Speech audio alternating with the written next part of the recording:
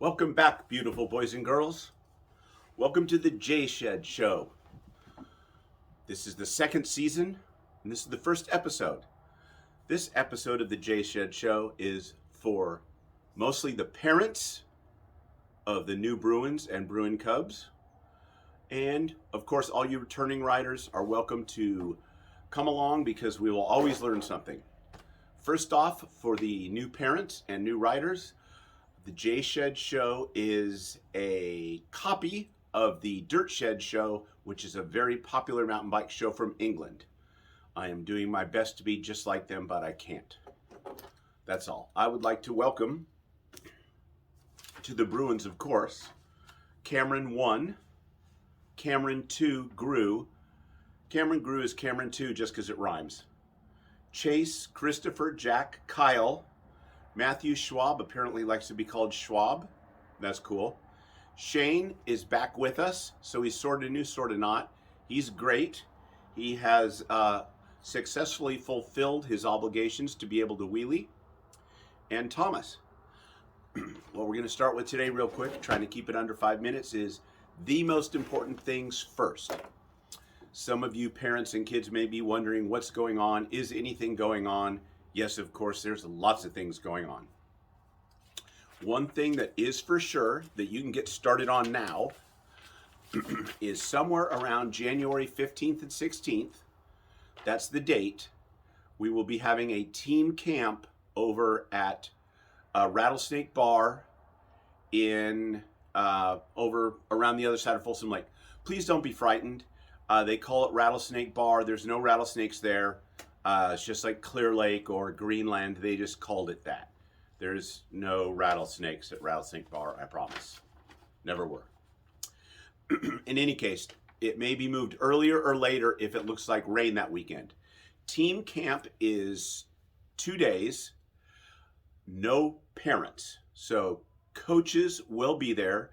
And as a matter of fact, if you're a parent and you want to go and you're wanting to be a coach, you will have to be a full-fledged coach to be invited, meaning your background test, your medical, wilderness first aid, all that stuff has to be done. Please don't worry about your kids there. They're in good hands.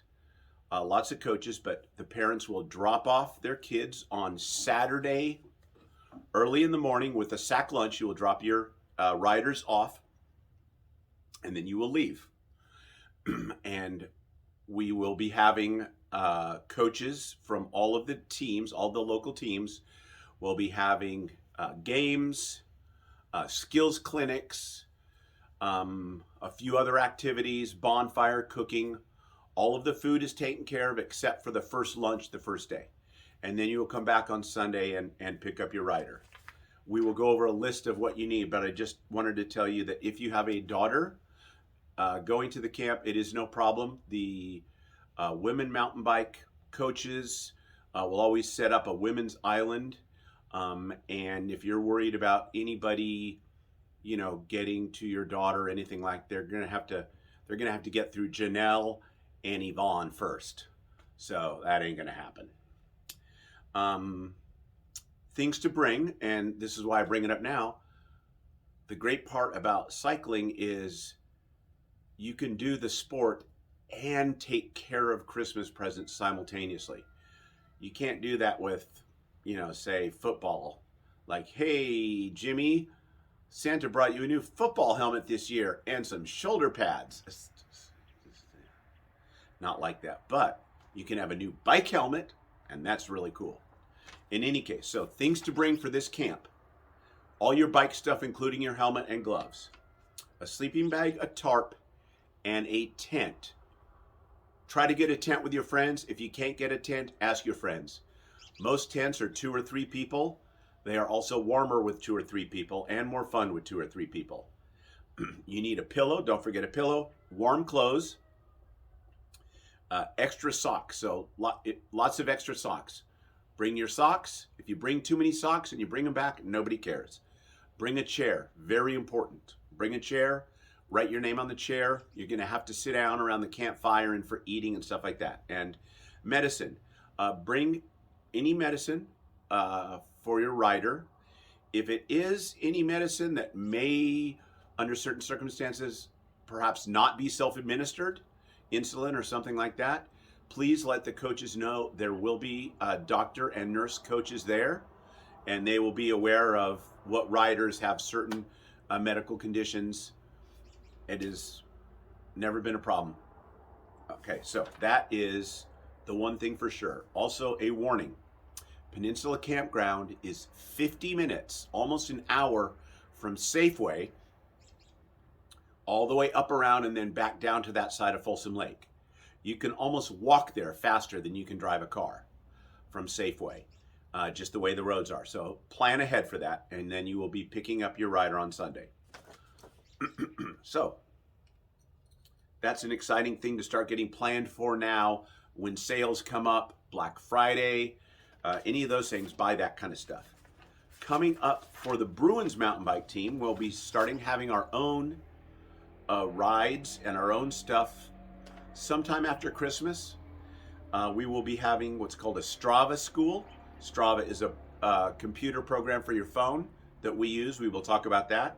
We will have a tubeless party and make fenders. We normally do that on our first practice where it's raining and we still want to get together. We will have a bike fit day, and we will have a Christmas light ride. That's a yearly tradition. That will be really fun, and that will be announced later on when we figure out where we're going. Meaning, Orangevale, Folsom, maybe Fair Oaks this year. All the teams get together, split into groups. We fix up our bikes with lights, and then we go on a bike ride to some street with lots of lights. Really fun. Winners of the sign contest. We did not announce the winners of the sign contest because a couple of them weren't there at the last practice. We have 3 winners. They were so good that now instead of 1 winner, we have 1 winner and 2 runner-ups. So that's exciting, but next practice where we're all together, I will present the gift cards and we will announce who our winner. And I believe that is under 5 minutes. So for you new parents, please keep watching.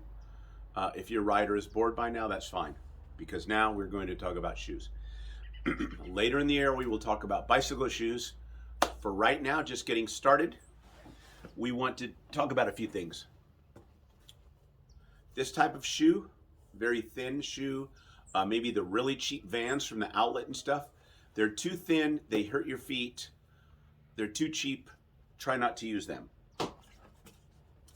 Next step up, a Converse or one of the better Vans with the thicker sole, and you can kind of tell because they're made from more than one piece. These work okay. They don't have very good arch support, but they're okay. One thing you don't want to use is, you don't want to use running shoes. They're too light, they're too fragile, they're too much made for running. They will hurt your feet eventually, and it tears up the bottom of the shoe. It's a running shoe with a reinforced toe and a heel, and the mid-strike, not so much. So we don't want those. A very light running shoe, really don't want that. This will hurt your feet, tear up the shoe. Your parents bought it for you for running, and you won't be able to run in it. Trail or hiking shoes, these actually work pretty good. These are not very heavy. They're very useful, and in the winter, they work well. But your choice, just nothing any heavier than this, and certainly nothing any lighter than this. And that's for shoes. Later on in the year, absolutely, once we all get rolling, we will be talking about special bike shoes, special bike pedals, that kind of stuff. So thank you very much, and we will be doing a few of these. And I look forward to seeing you on Saturday if you want to get there. And happy Thanksgiving, which is tomorrow.